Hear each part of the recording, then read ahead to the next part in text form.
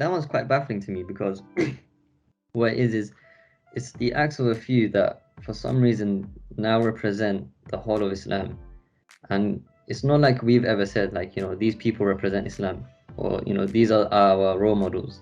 But it's become a situation where, a few people act out in the name of Islam, and now they represent the whole of Islam, which I've never understood and I always find baffling.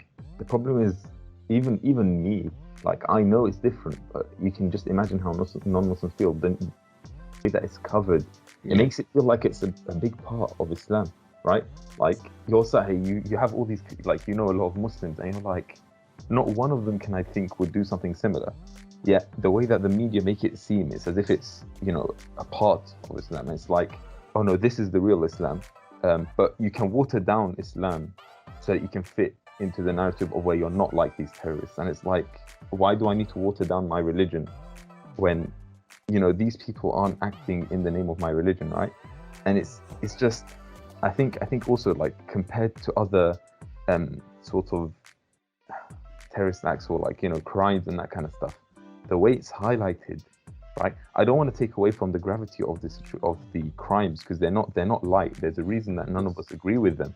But it's just that the way that they're covered, and then something else is covered that's not related to someone claiming to be from Islam, it's just very different. And it's sort of, I think sometimes, okay, maybe sometimes it's true, but a lot of the time I remember when there's like a terrorist act that's committed by someone like a white person or something like that, and then you literally see Muslims on social media, just before anything comes out, they're like, I'm scared it's going to start, they're going to be claiming that this is a person with a mental health issue and this kind of stuff.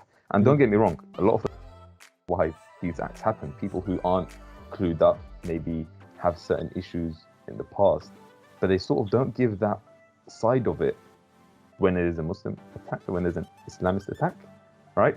It's like, even if the person has a mental health issue, the title will never include that. It will be Islamist or Muslim terrorist attack. Every time one of these things happens, it always ends up, everyone always looks to us and be like, we have to now apologize for some reason. Like, every time one of these things happens, like, everyone will expect, like, it's as if like we need to take ownership of those things in a weird way. Just because they've claimed to do something under the name of of whatever, right? It just feels so weird. Like every time it's like I just have to say, I'm sorry for what that guy did and what that guy did and what that guy did as well. And it's just, when in a way it doesn't really have anything to do with us, or like at least me myself. I think it was just the thing that what Muneer said. It sort of reminded me of what I said before about the sort of media, the way that they don't cover. It's sort of like a narrative of Muslims don't contribute. If anything, they keep quiet and they accept these kind of stuff. And it's like Muneer said, it's like, why would, it's like you come out and there's a lot of the time people will say that words are not enough. Yet when there's a sort of a terrorist act or whatever, they look at the mosques and those kind of stuff expecting, okay, we want your statements, and then so that we can tell you that words are not enough. But they don't look at their community work, their community effort, all these stuff that they actually do on the ground, right? And a lot of the time it's not seen.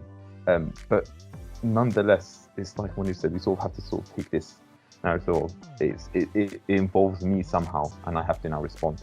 And it's just, yeah, it's quite interesting.